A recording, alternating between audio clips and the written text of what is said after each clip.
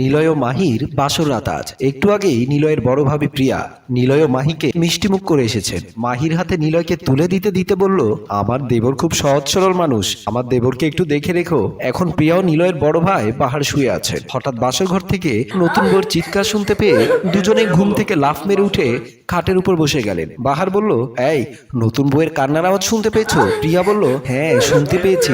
বাহার বলল, নতুন বউ ভাবে চিৎকার করছে কেন? প্রিয়া বলল, তুমি দেখি একেবারে কচি খোকা হয়ে গেছো, আজকে ওদের বাসর রাত, বুঝতে পারছো না কেন নতুন বউ চিৎকার করছে? বাহার বলল, বাসর রাত ঠিক আছে, কিন্তু নতুন বউ চিৎকার করবে কেন? প্রিয়া বলল, মনে হয় নিলয়ের সাইজ। থাক, তুমি কানে তুলো দিয়ে ঘুমাও তো। ছোট ভাইয়ের বাসর রাত, আর বড় ভাই ছোট ভাইয়ের বউয়ের চিৎকার শুনে টেনশনে পড়ে গেছে। আহাম্মক একটা। প্রিয়া বাহারকে শুয়ে দিয়ে নাকে কম্বল ঢেকে দিল। অন্য রুমে শুয়েছিল নিলয়ের মা দোলা বেগম ও বাবা মোমিন সাহেব। হঠাৎ নতুন বউয়ের বাসর ঘরের চিৎকার শুনে মোমিন সাহেব উঠে বসে গেলেন। মোমিন সাহেব ভালো করে শোনার চেষ্টা করলেন চিৎকারটা কোন দিক থেকে আসছে। ঠিকই দেখতে পেলেন ছেলে নিলয়ের বাসর ঘর থেকে নতুন বউয়ের চিৎকার শোনা যাচ্ছে। মোমিন সাহেব এবার পাশে শুয়ে থাকা দোলা বেগমকে ডাকতে লাগলেন। মোমিন সাহেব বলল, এই শুনছো? ওঠো ওঠো বলছি। দোলা বেগম হাই দিতে দিতে উঠে বসলেন। বললেন, কি হয়েছে, এত রাতে ডাকলি কেন?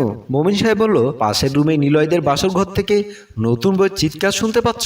দোলা বেগম কান পাতলো। সে শুনতে পেল নতুন বউয়ের চিৎকার। দোলা বেগম বলল, হ্যাঁ শুনতে পাচ্ছি তো। মোমিন সাহেব বলল, নতুন বউ এইভাবে বাসর ঘরে চিৎকার করছে কেন? দোলা বেগম বলল, আলহামদুলিল্লাহ, বলেছিলাম না আমাদের বউ একেবারে সতী সাবিত্রী, এই কারণে বাসর রাতের প্রথম রাতেই নতুন বউ চিৎকার করছে। মোমিন সাহেব বলল, বাসর ঘরে এইভাবে চিৎকার করবে কেন? কি সমস্যা, একটু খুলে বলো না। দোলা বেগম বলল, তুমি বুড়ো হয়ে গেছো, এখনো বুঝছো না বাসর ঘরে একটা নতুন বউ কেন চিৎকার করে? মোমিন সাহেব বলল, এইভাবে তো তুমিও চিৎকার করনি, তুমিও তো বাসর করেছিলে, আমার কেমন যেন সন্দেহ হচ্ছে। দোলা বেগম বলল, রাখো তো, এখন ঘুমিয়ে পড়ো, ছেলে বাসর করছে আর বাবা বাসর ঘরের নতুন বউ চিৎকার শুনে টেনশনে পড়ে গেছে। কি লজ্জাজনক বিষয়, বৌমার হায়া শরম বলতে কিচ্ছু নেই, এইভাবে চিৎকার করতে হয়? বলি একটু সহ্য করে নিলেই তো হয়, নিজেকে সতী প্রমাণ করার জন্য চিৎকার দিতে হয় নাকি? মোমিন সাহেব বলল, আমার কেমন যেন লাগছে। দোলা বেগম বলল, হয়েছে, এখন তুমি কানে তুলো দিয়ে ঘুমাও। দোলা বেগম মোমিন সাহেবকে জোর করে শুইয়ে দিল। এইভাবে ক্রমাগত বাসর ঘর থেকে নতুন বউয়ের চিৎকার আসতে লাগলো।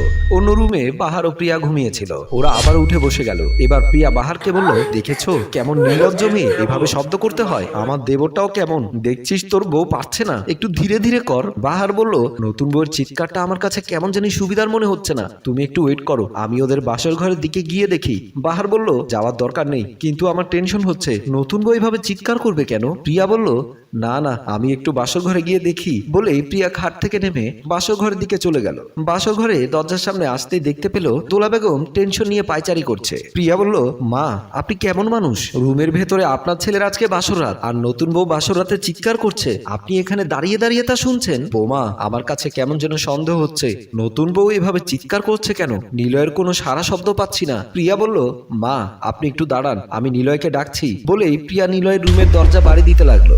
এই নিলয়, দরজা খোলো, নিলয় দরজা খোলো বলছে। বাসর ঘরে নিলয় নতুন বউয়ের গলা ছেড়ে দিতেই নতুন বউ দৌড়ে এসে দরজা খুলে বের হয়ে গেল। নতুন বউ মাহি বাইরে দাঁড়িয়ে থাকা দোলা বেগমকে জড়িয়ে ধরে হাও মাও করে কাঁদতে লাগলেন। বললেন, মা আর একটু দেরি করে যদি আপনারা আসতেন তাহলে এতক্ষণে নির্ঘাত আপনার ছেলে আমাকে বাসর ঘরে মেরে ফেলতো। প্রিয়া বলল, বাসর ঘরে কি এমন ঘটনা হয়েছে আমাদের খুলে বলো। মাহি বলল, ভাবি আপনার দেবর আমার গলা চেপে ধরে বলল, তুই বাসর ঘরে আমাকে তালাক দে, আমি একটা মেয়েকে ভালোবাসি, ওকে আমি বিয়ে করব। আমি বললাম, একটা নারীর সবচাইতে বড় রাত হচ্ছে বাসর রাত, বাসর রাতে বাসর ঘরে কিভাবে আমি আমার স্বামীকে তালাক দেব? আমি আপনার দেবরকে বোঝানোর চেষ্টা করলাম, যা হবার হয়ে গেছে, আমি মেনে নিয়েছি।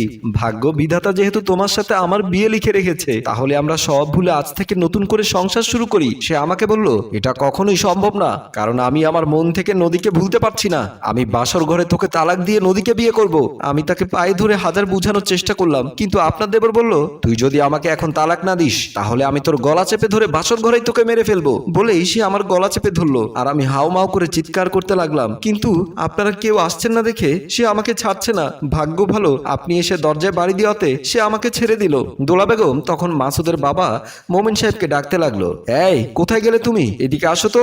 বাহার তুইও আয়। বোমা তুমি গিয়ে নিলয়কে রুম থেকে নিয়ে আসো। প্রিয়া নিলয়কে বাসর ঘর থেকে টেনে নিয়ে আসলেন। দোলা বেগম নতুন বউয়ের সাথে ঘটে যাওয়া সব কথা বাহার ও মোমিন সাহেবকে খুলে বললেন। সব কথা শোনার পর মোমিন সাহেব নিলয়ের নিলয়ের গালে একটা থাপ্পড় দিয়ে বলল, তোর মতো কুলাঙ্গার সন্তান আমার দরকার নেই। যে লোক বাসর ঘরে নতুন বউকে মেরে ফেলার চিন্তা করতে পারে সে কখনো মানুষ হতে পারে না। নরপশুদের চেয়েও খারাপ তুই, এ ঘর থেকে বের হয়ে যা। নিলয় তখন নিজের ভুল বুঝতে পেরে মাহির কাছে ক্ষমা চাইলেন, বললেন, আমাকে ক্ষমা করে দাও, আমি আর কখনো নদীর কথা তোমার সামনে বলবো না। দোলা বেগম তখন বলল, আমার মাথা ছুঁয়ে বল, তুই আজকের পর থেকে আমাদের এই বৌমাকে কখনো কষ্ট দিবি না। নিলয় তখন মায়ের মাথায় হাত রেখে শপথ করে বলল, হ্যাঁ মা, আমি আজকের পর থেকে নদীকে ভুলে যাব এবং মাহিকে আমার বউ হিসেবে মনে প্রাণে গ্রহণ করে নেব। বন্ধুরা, আমাদের এই গল্পটা তৈরি করার পেছনের কারণ একটাই, আমরা আপাত দৃষ্টিতে যা শুনি তা সত্যি নাও হতে পারে। তাই যা কিছু সন্দেহ করবেন তা ভালো করে যাচাই বাছাই করে পরখ করে তারপর সন্দেহ করবেন। গল্পটি যদি আপনাদের ভালো লাগে লাইক কমেন্ট শেয়ার করে দিতে ভুলবেন না।